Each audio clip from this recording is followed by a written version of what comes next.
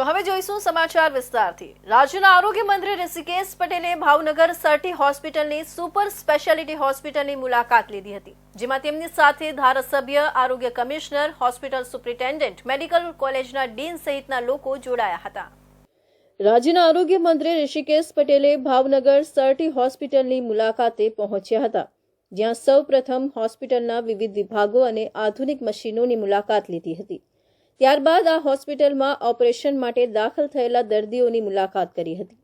અને હોસ્પિટલમાં સુવિધા, આરોગ્ય સેવા અને કોઈ પણ મુશ્કેલીઓ પડે છે કે કેમ તે અંગે પૂછપરછ કરી હતી, તેમજ હોસ્પિટલના અધિકારીઓને જરૂરી માર્ગદર્શન આપ્યું હતું। ભાવનગર ખાતે સુપર સ્પેશિયાલિટી હોસ્પિટલ તો કાર્યરત છે જ, પરંતુ હજુ અનેક વિભાગોના ડોક્ટરોનો અભાવ છે,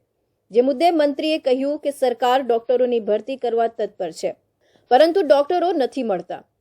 MBBS કરેલા ડોક્ટરો સરકારી હોસ્પિટલમાં સેવા માટે નથી જોડાતા,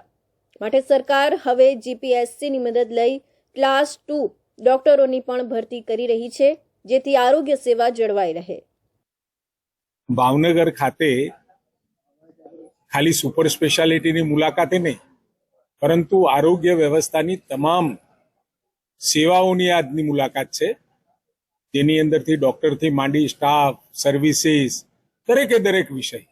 એના માટેની આ મુલાકાત છે, જેથી કરી ગ્રાસરૂટ લેવલ ઉપર આવવાથી કોઈ પણ નાની મોટી ખામી લાગતી હોય અથવા તો કોઈ ફરિયાદ હોય તો એ રૂબરૂ સાંભળીએ જોયા પછી, કારણ કે ઘણી વખત કેટલીક ફરિયાદો એવી હોય છે કે જે વ્યક્તિગત કારણોસર પણ હોય, એવી કોઈ ફરિયાદ અહીંયા ઊભી થઈ છે, થવાની શક્યતાઓ છે કે કેમ, એ તમામ વસ્તુઓ ચકાસવા માટે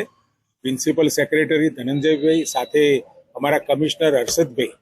PIUના સ્ટાફ સાથે અમે અહીંયા આવ્યા છીએ, જેથી કરી અને સર્વગ્રાહી આખું એનું આકલન અને એનું સંકલન થઈ શકે।